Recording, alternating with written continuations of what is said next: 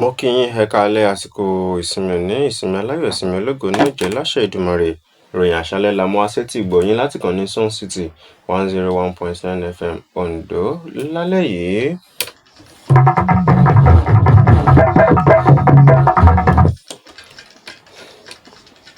Mínísítà fún iléeṣẹ́ tó ń rí sí ètò ààbò ńlẹ̀ Nàìjíríà Musa Sodi mọ̀ pé wọ́n ó gbé pẹ́rẹ́gì ìjà kaná pẹ̀lú àwọn agbésùnmọ̀mí àti àwọn tó ń ṣe agbátẹrù wọn.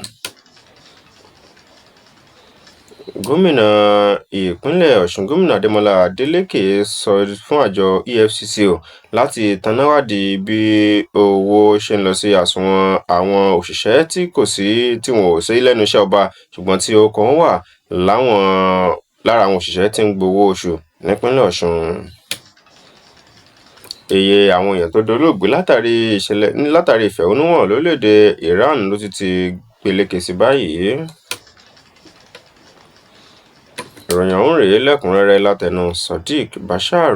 Mínísítà fún iléeṣẹ́ tó ń rí sí ètò ààbò ńlẹ̀ Nàìjíríà Ọ̀gágun Christopher Musa ló ti jáwé akíọwọ́ fáwọn agbésùnmọ̀mí jákèjádò ilẹ̀ Nàìjíríà wípé lọ́dún yìí òun ó gbé pẹ́rẹ́gì ìjà kaná yàtọ̀ sí tàtẹ̀yìnwá pẹ̀lú àwọn agbésùnmọ̀mí àti àwọn tó ń ṣe agbátẹrù wọn. Lásìkò tó ń sọ̀rọ̀ níbi ayẹyẹ kan eléyìí tó fi ń bọlá fún àwọn ọmọ ológun tó ti sùn lójú ìjà eléyìí tó wáyé nílùú Àbújá, Musa Sodi mọ̀ wípé àwọn agbésùnmọ̀mí àti onírúurú àwọn tó ń wà lábẹ́ ilẹ̀ Nàìjíríà tó ń ti àwọn tí wọ́n ń bẹ̀ wọ́n lọ́wọ́ wípé gbogbo òun náà ni wọ́n fi mú wọn dánrin òfin èyíkéyìí tí wọ́n bá tẹ̀ nínú ọdún yìí. Gẹ́gẹ́ bí Ọ̀gágun Musa ṣe júwe gẹ́gẹ́ bí ó ṣe ṣàlàyé lásìkò tí wọ́n sàmì ayẹyẹ ọlọ́dọọdún fún àwọn ọmọ ogun tó ti sùn lójú ìjà àti àwọn tó ń farapa yánnayànna àti tí wọ́n sì ń kẹ́dùn pẹ̀lú àwọn mọ̀lẹ́bí àwọn akọni eléyìí tó dágbére fáyé tó jẹ́ ọmọ ológun. Gẹ́gẹ́ bí mínísítà fún iléeṣẹ́ tó ń ṣe ètò ààbò ńlẹ̀ Nàìjíríà wàràwọ̀ ẹ̀bẹ̀ sí gbogbo ọmọ ilẹ̀ Nàìjíríà láti fọwọ́sowọ́pọ̀ pẹ̀lú iléeṣẹ́ ọmọ ológun ńlẹ̀ Nàìjíríà láti lè jẹ́ kí ètò ààbò ilẹ̀ yìí kó túbọ̀ kẹsẹ̀ járí kí olúkálukú náà sì kópa tiẹ̀ láti lè jẹ́ kí ètò ààbò kó túbọ̀ mọ́yán lórí sí i. Lórí tó ní ṣe pẹ̀lú ìròyìn ètò ààbò, àwọn agbésùnmọ̀mí náà ni wọ́n tuntun ṣòro bí agbóhùn ní bí wọ́n ṣe yabo abúlé Dámọ́lá ní agbègbè Wókò níjọba ìbílẹ̀ Bọ́gú nípínlẹ̀ Niger tó tún gbẹ̀mí lẹ́nu àwọn èèyàn tí kò dín ní 4 gẹ́gẹ́ bí ìṣẹ̀lẹ̀ eléyìí tó tún wà lẹ́yìn eléyìí tí wọ́n ṣe ní alẹ́ àná lẹ́yìn ọ̀sẹ̀ kan táwọn agbébọn tí wọ́n yabo abúlé ọ̀hún tí wọ́n sì gbẹ̀mí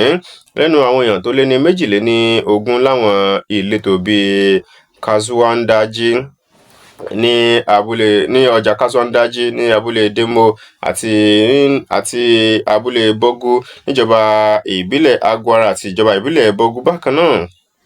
Nínú àtẹ̀jáde eléyìí tó wá látọwọ́ agbẹnusọ fún iléeṣẹ́ ọlọ́pàá nípínlẹ̀ ọ̀hún SP Wasiu Abiodun Sodi mọ̀ pé àwọn agbésùnmọ̀mí ọ̀hún náà ni wọ́n ṣe yabo abúlé ọ̀hún ní ọwọ́ nígbà tí àwọn èèyàn tó ti ń gbìyànjú láti lọ sùn tí wọ́n sì tún jí ọ̀pọ̀lọpọ̀ àwọn màálùú kó lọ. Ọ̀gbà bẹ́ẹ̀ náà ni wọ́n dẹ́mi àwọn èèyàn 4 tó ń jẹ́ ará ìletò ọ̀hún légbodò lẹ́sẹ̀kẹsẹ̀ lásìkò tí wọ́n ṣe àkọlù ọ̀hún. Lẹ́yìn náà ni wọ́n tún dáná sí àwọn ibùdó ìtajà kó tó di pé wọ́n sá fi agbègbè náà sílẹ̀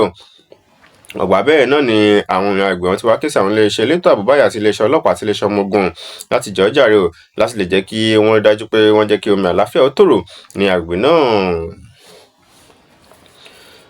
Wáyé àjọ tó ń pè fún àkóyawọ́ nídìí ètò ọrọ̀ ajé ńlẹ̀ yìí SERAP ni ó ti ké síje ilé ẹjọ́ gíga àpapọ̀ ilẹ̀ Nàìjíríà láti rọ àjọ tó ń rí sí ètò ìdìbò ńlẹ̀ Nàìjíríà INEC láti tẹ́ pẹpẹ bí wọ́n ṣe ná owó tó tó bílíọ̀nù 19.9 owó náírà eléyìí owó tó wà fún láti ra àwọn nǹkan èlò fún ètò ìdìbò lọ́dún 2019 gẹ́gẹ́ bí ìwé ìpẹ̀jọ́ ìṣèwà látọ̀dọ̀ àjọ SERAP eléyìí tí wọ́n kọ mọ́ àjọ INEC lẹ́sẹ̀ tí wọ́n sì fi ń béèrè láti tẹ́ pẹpẹ bí wọ́n ṣe ná owó ọ̀hún eléyìí tí ìwé tán ti tẹ́ pẹpẹ rẹ̀ tí àkọlé tí símbẹ̀lú rẹ̀ jẹ́ ọjọ́ 9 nínú oṣù 9 lọ́dún 2025 eléyìí tí wọ́n tún rán ilé ẹjọ́ ọ̀hún létí báyìí gẹ́gẹ́ bí àjọ SERAP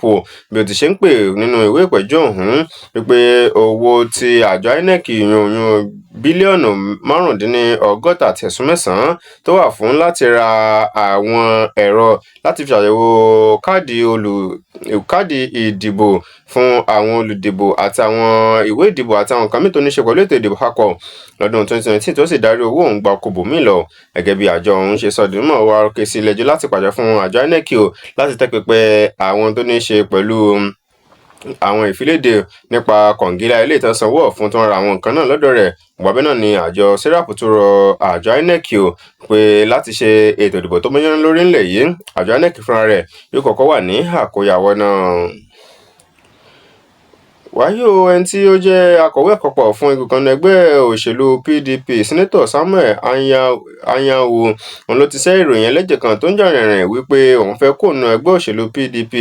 Ojúwe irúfẹ́ ìròyìn bẹ́ẹ̀ gẹ́gẹ́ bí irọ́ tó jìnnà sí òótọ́. Gẹ́gẹ́ bí aṣòfin tẹ́lẹ̀ rí ọ̀hún ó ti ṣe kéde báyìí o wípé kò sí mímì kan tó lè mí kó nu ẹgbẹ́ òṣèlú ọ̀hún nílùú iléeṣẹ́ ẹgbẹ́ náà léyìí tí ń bẹ ní ìlú Òwèrì. Gẹ́gẹ́ bí ó ti ṣe lálàyé o fáwọn ọmọ ẹgbẹ́ èké kó má jẹ́ kí ẹnikẹ́ni ó tàn wọ́n jà bí sọ̀rọ̀ kò bá kùngbé sí wọn lọ́kàn àbí domi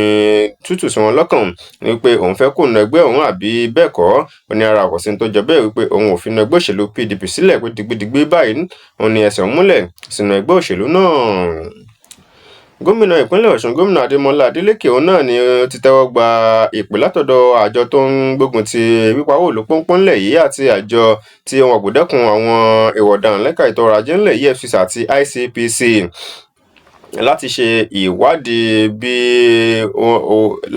ìwádìí àwọn òṣìṣẹ́ torúkọ wọn wà ní ìlànà sísanwó òṣìṣẹ́ nípínlẹ̀ Ọ̀ṣun ṣùgbọ́n tí wọn ò jẹ́ ojúlówó tí wọn kì í ṣe ojúlówó òṣìṣẹ́ tí wọ́n tó 8,800 àti 4,498 nípínlẹ̀ Ọ̀ṣun. Nínú àtẹ̀jáde kan léyìí tó wá látọwọ́ agbẹnusọ fún gómìnà ọ̀hún Ọláwálé Rasheed ló sọ dùnmọ̀ pé àwọn àjọ ọ̀hún méjèèjì ohun àtàwọn àjọ míì ilé tó máa tún fẹ́ tanná wádìí bí owó sísan wọn ṣe lọ. Ó ní kò sí wàhálà fún ọ wípé gbogbo àwọn tó ní ṣe pẹ̀lú sísanwó ọ̀hún yún tí eléyìí tí òun jogún látọ̀dọ̀ gómìnà àná nípínlẹ̀ ọ̀hún gómìnà Adégbóyèga Oyètọ́lá gẹ́gẹ́ bí igbákejì alága àti alágàgbà fún àjọ tó ń rí sí ṣíṣe ìṣirò owó eléyìí tí wọ́n fẹ́ ṣe àbójútó bí wọ́n ṣe darí owó tó tó bílíọ̀nù 13 àti ẹ̀sùn 7 owó náírà tí wọ́n fi ń san owó oṣù fún àwọn òṣìṣẹ́ eléyìí tí wọ́n ń ṣojúlówó òṣìṣẹ́ nípínlẹ̀ Ọ̀ṣun lọ́dọọdún. ìyún Sadat Bakrin gẹ́gẹ́ bí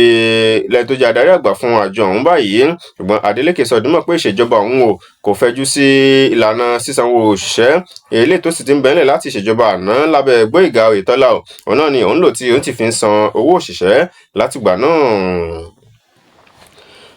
Ìròyìn àṣálẹ́ lẹ́sìn ń gbọ́ láti kàn ní Sun City FM lábala kejì ìròyìn láti gbọ́ ìròyìn láti ilẹ̀ òkèèrè ìròyìn amúlùdùn àti ìròyìn ìdárayá. Ẹ má yí kúrò, à ń padà bọ̀.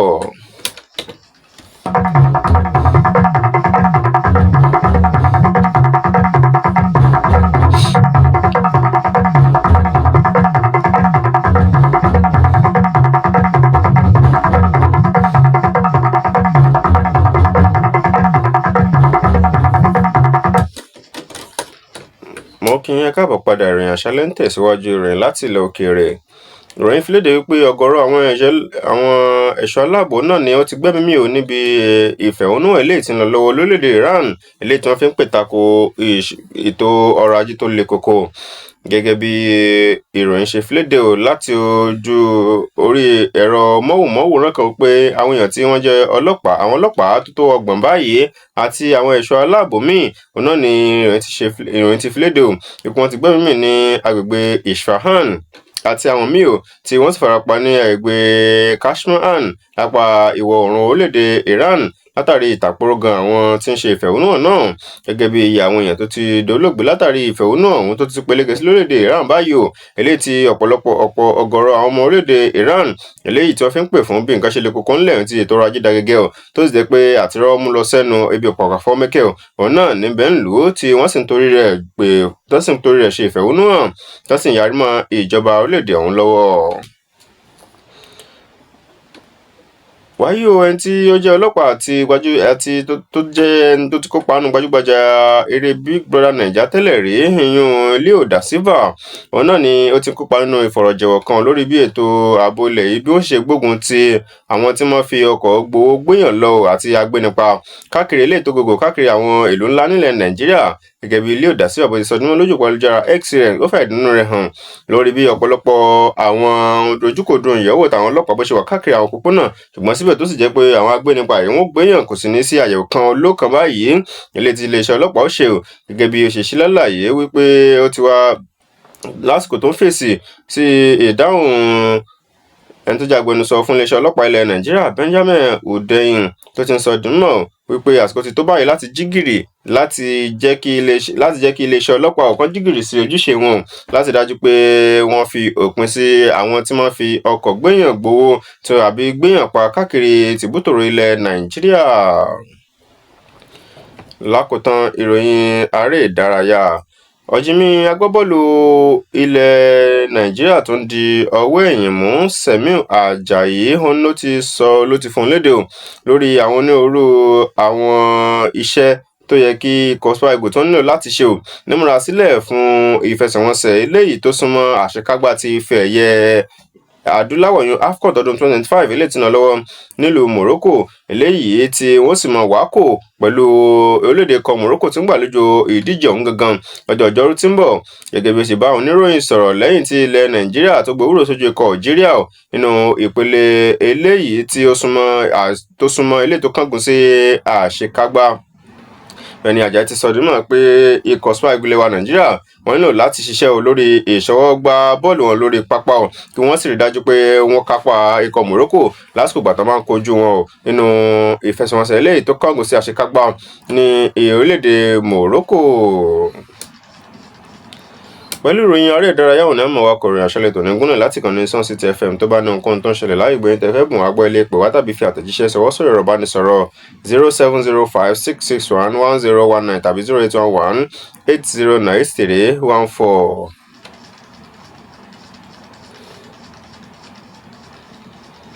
Akíntúndé Akínyẹmí lóòótọ́ ìròyìn ọ̀hún lórúkọ àwọn tó ń jẹ́ ṣẹ́pọ̀ kóròyìn náà jọ Sodiq Bashir ló mọ ọ́ sétí gbọ́yìn ẹ̀ṣẹ̀ bí ẹ ṣe ń gbọ́ wá ìsìnkú ìsinmi òpin ọ̀sẹ̀.